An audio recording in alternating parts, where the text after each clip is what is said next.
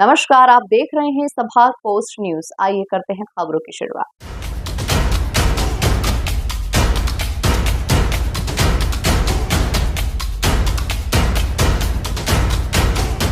भारत में डिजिटलाइजेशन को लगातार बढ़ावा दिया जा रहा है और इसी के तहत भारत के कुल 9 एयरपोर्ट्स पर निजी यात्रा की आज से शुरुआत की गई है। पिछले कई दिनों से इस सुविधा को ट्रायल पर रखा गया था, जिसके बेहतर परिणाम देखने को मिल रहे थे। इस सुविधा के चलते अब यात्री कम समय में बेहतर यात्रा कर सकेंगे। सुविधा का लाभ इंदौर के अंतर्राष्ट्रीय देवी अहिल्या एयरपोर्ट को भी उपलब्ध कराई गई है। दरअसल प्रधानमंत्री नरेंद्र मोदी लगातार डिजिटाइजेशन को बढ़ावा देने का अभियान चला रहे हैं और इसी के तहत अब डिजी यात्रा सेवा का आज से औपचारिक उद्घाटन किया गया। यह उद्घाटन केंद्रीय उड्डयन मंत्री किंजरापू राममोहन नायडू ने विशाखापट्टनम से वर्चुअली किया। इंदौर में इस समारोह में सांसद शंकर लालवानी, विपिन सेठ सहित अन्य गणमान्य नागरिक उपस्थित थे। यात्रियों को पहचान संबंधित दस्तावेज दिखाने के बजाय बायोमेट्रिक जांच के जरिए ही सिर्फ चेहरा दिखाने पर जांच हो जाती है। आज उड्डयन मंत्री ने विशाखापट्टनम एयरपोर्ट सहित देश के कुल 9 एयरपोर्ट पर इस सेवा की शुरुआत की। इंदौर में हुए समारोह में टर्मिनल में बड़ी स्क्रीन लगाकर मंत्री ने वर्चुअली सेवा का शुभारंभ किया। इस अवसर पर यात्रियों को इस सेवा की जानकारी दी गई और सेवा का इस्तेमाल करने वालों को उपहार भी दिए गए। इस सुविधा के शुभारंभ पर सांसद शंकर लालवानी ने कहा कि देश के प्रमुख एयरपोर्ट में इंदौर के देवी अहिल्या एयरपोर्ट पर डिजी सेवा का शुभारंभ किया गया है, जिससे यात्रियों को दस्तावेज रखने और गुम होने की सुविधा से निजात मिलेगी।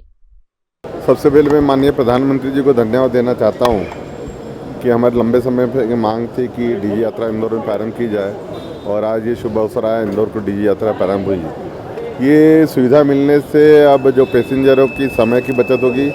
जो एक लाइन क्यू लगती थी, जब एयरपोर्ट पर नंबर ऑफ़ फ्लाइट ज़्यादा होती थी तो लंबी लाइन लगती थी, इसके माध्यम से यात्री जल्दी जा सकते हैं। ऐप डाउनलोड कर वो घर से नो फिजिकल भी की ज़रूरत नहीं पड़ेगी, न दिखाने की ज़रूरत पड़ेगी बोर्डिंग कार्ड। तो एक ऐसी सुविधा है कि जो यात्रियों को समय की बचत होगी यात्रियों के लिए, और एयरपोर्ट को जो सिक्योरिटी है उनको भी एक सुविधा रहेगी।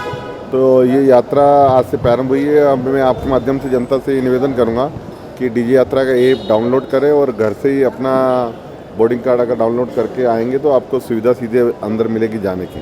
इसमें जो डाटा है देखिए, अभी माननीय मंत्री जी ने स्पष्ट कहा ये डाटे 24 आवर रहेंगे एयरपोर्ट के बाद, उसके बाद अपने आप समाप्त हो जाएंगे। तो डाटा को लेके जो एक भ्रम फैलाया जा रहा है वो बिल्कुल मिथ्या है, कोई डाटा स्टोर नहीं हो रहा है। क्या कि जो 15 सेकंड से 1 मिनट तक का टाइम लगता था एंट्री गेट पर, वो 5 सेकंड तक रिड्यूस हो जाएगा। तो जो टाइम है पैसेंजर्स को पहुंचने के लिए बोर्डिंग गेट तक, वो काफ़ी रिड्यूस हो गया और सीमलेस और हैसल फ्री, यानी आपको कोई अपने क्रेडेंशियल साथ में कैरी नहीं करने। आप एक बार डिजी यात्रा पे अपने को रजिस्टर कीजिए और जो अब टोटल 24 एयरपोर्ट्स हो गए हैं, आपकी यात्रा बहुत ही सुखद होगी और सीमलेस होगी। इसके साथ साथ जो प्राइवेसी का इशू किया जा रहा है, बताया जा रहा है, वो बिल्कुल इसमें सेफ़ है और कोई भी डाटा पब्लिक में शेयर नहीं होता है, आपके मोबाइल ऐप पर ही रहता है और उसके बाद 24 घंटे के अंदर डिलीट हो जाएगा। सर, ATC भी यहाँ पर बनकर तैयार हो चुका है, कब तक इसकी ओपनिंग होने की संभावना है? जल्दी शुरू करेंगे। उसमें एक नए इक्विपमेंट लगने के बाद पैरेलल ऑपरेशंस किए जाएंगे सेफ्टी के मद्देनजर, और उसके बाद DGC से जैसी क्लियरेंस मिल जाएगी उसको जल्दी शुरू। सर, जो ओल्ड टर्मिनल हम शुरू कर रहे हैं उसकी तैयारी किस तरह से? वो तैयारी है, काम ऑलरेडी चालू हो चुका है उसमें, और जो टाइम है दिया गया है उसमें हम पूरा करके ATR और इंटरनेशनल फ्लाइट्स को वहाँ से लाएंगे। सर, ये जो डिजी यात्रा ऐप है इसमें क्या हर जब नहीं, लॉगिन आपको एक ही बार करना है। आपका बोर्डिंग पास आप जितनी बार भी आप ट्रैवल करेंगे आपको अपना लेना होगा उसमें। रेज हो जाएगा तो डाटा बार-बार अपलोड करना पड़ेगा? नहीं, आपने जब एक बार किया उस पर्टिकुलर यात्रा का आपका डाटा इरेज हो जाएगा, और आप जब भी नया जी जब आप नई जर्नी करेंगे तो वो आपको अपने टिकट के माध्यम से PNR के थ्रू आपको बोर्डिंग अपना लेना पड़ेगा। रजिस्ट्रेशन एक ही बार करना है, रजिस्ट्रेशन एक ही बार। Thank you. Thank you.